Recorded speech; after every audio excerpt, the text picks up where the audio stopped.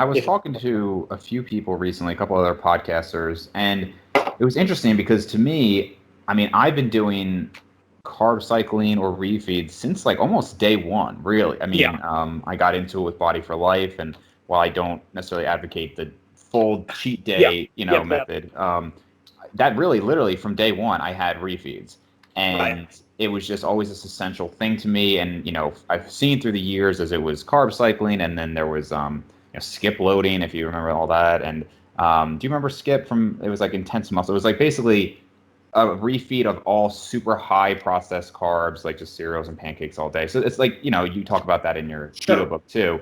Um, but through that, and then in last few years, these diet breaks have become more popular, right? Yes. And I was surprised to talk to Steve Hall, if you know him from Revive Stronger podcast, Yep. Abel Chabai, a couple others, and they were Yep. saying Yep. how they dieted down to pretty lean levels, and actually, I think even contest lean for Steve with no refeeds. And I was Sure. just so surprised because I was like, and they obviously know you, they talk to you. I was just very surprised by that, and I kind of want to just get your take on the importance of refeeds, or how Sure. important you believe they are, not just for the weight or the water loss, but if you think Right. they actually enhance fat loss and muscle retention.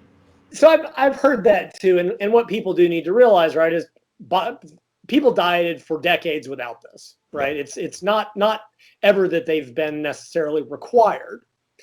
Clearly, people got into shape. Contest dieters got there without doing any of this. I think maybe more would have gotten there had they. That's always kind of a cop-out answer. I always felt that based on the physiology that they were beneficial and that they would probably be more optimal. So first, I'm going to look at sort of the general public, where I think is where, because you're dealing with different issues, Right. Like, not that you can separate the two out, but in general, the very lean dieter, it's more physiological issues, right? Generally, they've got the food control locked down. They've got all that, sort of, you're dealing with a lot of the body's fighting back issues. And then it's sort of the other extreme, the general overweight dieter.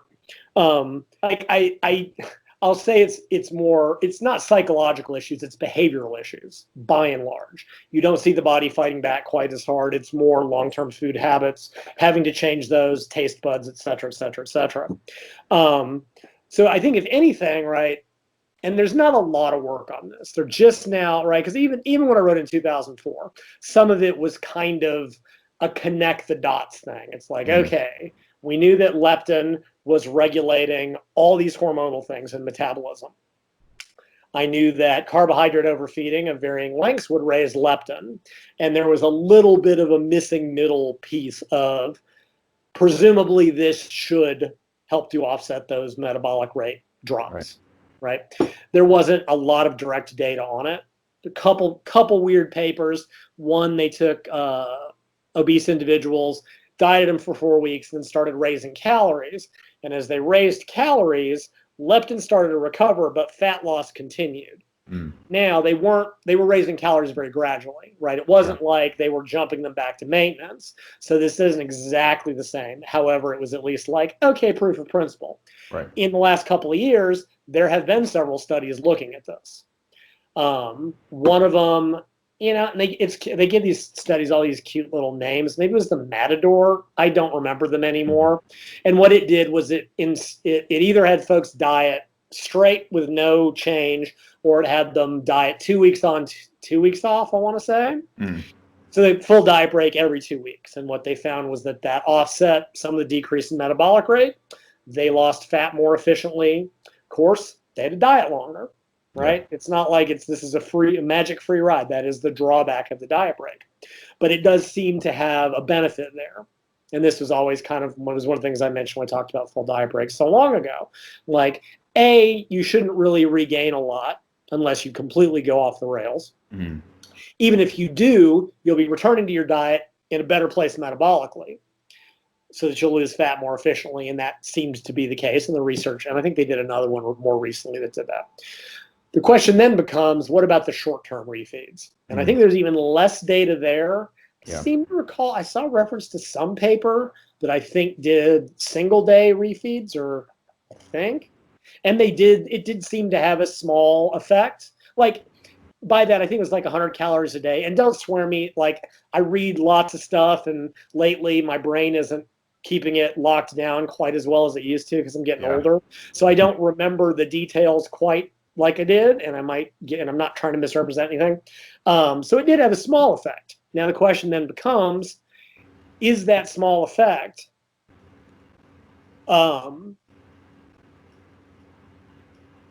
does it outweigh any potential drawbacks? Right. So, and there are other reasons for people to raise carbohydrates. For example, when you're training hard, you tend to run out of eventually, like to cut calories, you got to cut something. You can't cut protein, you can only cut fat so hard. Carbs have to come down. Eventually, your training starts to suffer because muscle glycogen is depleted. Like this is another reason to raise calories. Now, bigger men have much less of a problem with this than smaller men and certainly women. Women are playing with much lower calorie intakes, and they don't end up with a lot of carbs in their diet. Smaller men have the same problem. Like I look back at even moderate deficit diets that I did. The time you set protein where it needs to be, and even moderate dietary fat, you don't get more than about a gram per pound of carbs, and eventually your training can start to suffer. But for a lot of people, well, not for a lot of people, for some people, and this seems to be true in the contest, well, in all dieters, frequently those refeed days or maintenance calorie days cause people to just kind of like psychologically lose the plot with their diet. Yeah. I remember I did a podcast, I want to say last year, and somebody mentioned it was some specific contest dieter, and I do not remember the names. And it was like, yeah, what he found through experience was that if he did that day at maintenance, he found it for him very difficult to go back, that psychologically for him, it was better to just maintain that diet momentum. Yeah. And that is certainly the case. And I would say if you go back and look at my 2004 book versus some of what I've said now, because I was younger, I was very excited, like I've got right. This is it. I've got the keys to the kingdom now. And leptin really was very much filled in a big puzzle piece for me. I think I've probably mellowed a little bit and realized that for a lot of people, these things can do as much harm as they do good. I especially think that's true for beginning dieters, right? Telling them, oh, you can eat, you can do if it fits your macros. You can have a free meal from your first week of your diet when you're dealing with, again, long-term, with very established behavioral patterns. Right. May cause more harm than good. And you're in a situation where there's not a lot of metabolic adaptation. They might be better off dieting straight for 4 to 6 weeks. Right. Allow taste buds to change, allow some behavioral habits to get built in before they consider any of this. So I think and that's where I'm finding, as usual, I'm between both zealots, just like I was with my ketogenic diet. It's all about disciplined zealots who don't realize that what they can do is not right for everybody. But the flexible dieting zealots have become just as frustrating to me. Sure. Because in their mind, if you're not flexible eating, you have an eating disorder, you're orthorexic. Well, no, for a number of reasons. Not the least of which being that flexible dieting was never strategies. It was a mindset. Flexible eating is a set of attitudes. And I made this point in my book, but I think a lot of people kind of heard it's like, oh, flexible dieting is free meals, refeeds, diet breaks, if it fits your macros. Right. Nope. Those were strategies. Flexible eating attitudes is a way of approaching the fact that food is not good, bad, moral, immoral, getting out of that black and white thinking. Right. Had nothing to do. Those were simply ways of applying it. You can completely be strict about your diet and still adopt flexible eating attitudes. In the sense of, because I ate this little thing, I am not a morally bad person because It is a quote unquote. That's all flexible eating attitudes ever were in the literature. So I think so the people that are like, you must do this or you're dieting wrong, I don't agree with that. People are that you should never do it. There are a couple of luminaries in the field, one of whom has said the reason natural bodybuilders are not as big as the pros is because they use flexible if it fits your macros. Okay. Who said that? I'll tell you after we're done. Okay. I try to avoid doing too much naming and shaming. Yeah. And to which I asked this individual, and because they don't train hard enough. Yeah. To which I said, well, if that's true, then why are you on testosterone? Right. Why don't you just train harder and eat strictly? And that he didn't have an answer to that. Yeah. But whatever. Yeah, it's definitely frustrating, I think, talking to anybody like that, where there's always going to be a level where you can just tell like it's not going to get through, and that is hard as somebody like for me, right? Like I don't have any like powerlifting competitions I've won. I'm not a professional Sure. bodybuilder, anything like that. So there's always going to be some air of like I can throw all the logic in the world at you, but you can always just say that like, well, why don't you look like that then? So Sure. I don't even I try not to engage in too many of those conversations. But the refeeding I think is interesting because I know other people who feel like there's Jeff Alberts from 3DMJ. He talked about how he competes 10 pounds heavier than he did, I don't know, like 10 years ago, but he was already 20 years into lifting at that point.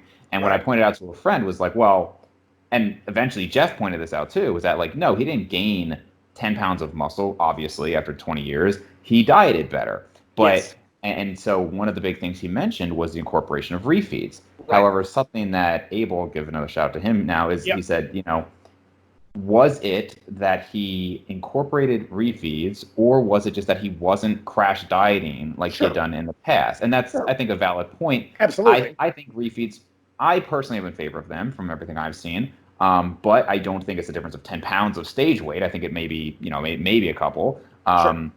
But it is interesting, and I've heard other people say that that's why they don't like to incorporate them. Like you said, they kind of go off the rails. Yeah. I can kind of see that too, because when you're in that mindset, you're just like, I'm dieting and like, this is just how I am. And it's a personality thing a lot of times. Absolutely. Yes. Some people are just prone to binging. I would even say I'm not immune to that. Sometimes I'm like, man, like I don't even like a 3,000 calorie feed. Like, what's the point? I either want 6,000 plus. I'm listening. Right. I would say, for a lot of people, eating at maintenance is harder than going for broke.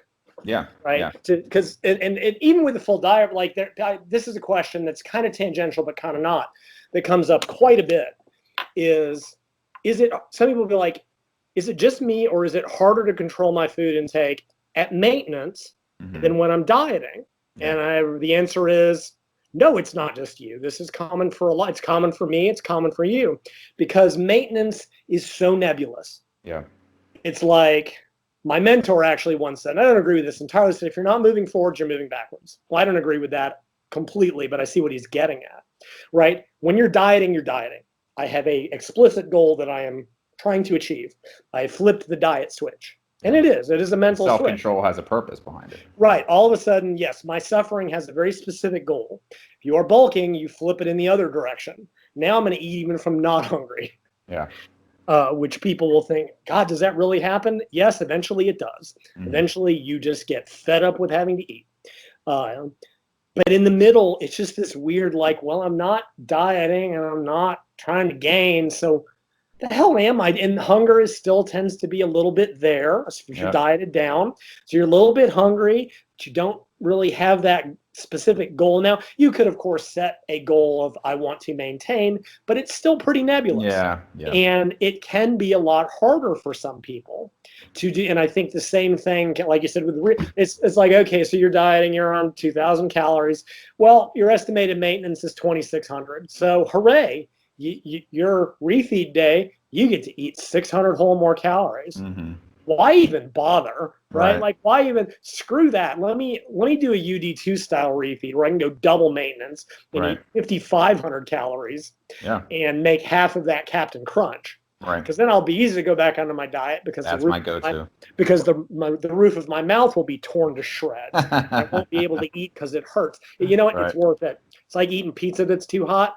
You know it's going to hurt, and it's worth every bite. Captain Crunch is worth every bite. But yeah, so there is, for some people, and when you're talking about the extremes, when you're talking about physique dieters, you have to people listening need to keep in mind, you have a day that you have to be in shape by, right? It's not like general dieting. And like, yes, we set our goals, whatever it is, spring break, summer, I want to be done by this point. But in the big picture, for the general dieter more so, there's no finish line, in the sense of I don't have to be in unless you have a specific event. Right. A physique dieter, and competitive athletes to a lesser degree, right? If your competition season starts on X day and you need to be competition ready, that's when you have to be in shape. Yeah. Sumi's saying, training for powerlifting. We know exactly what day she needs to be at her goal weight, right? And she's lucky that she doesn't see big water swings or anything like that. But like now we've got her water cutting down to an absolute science.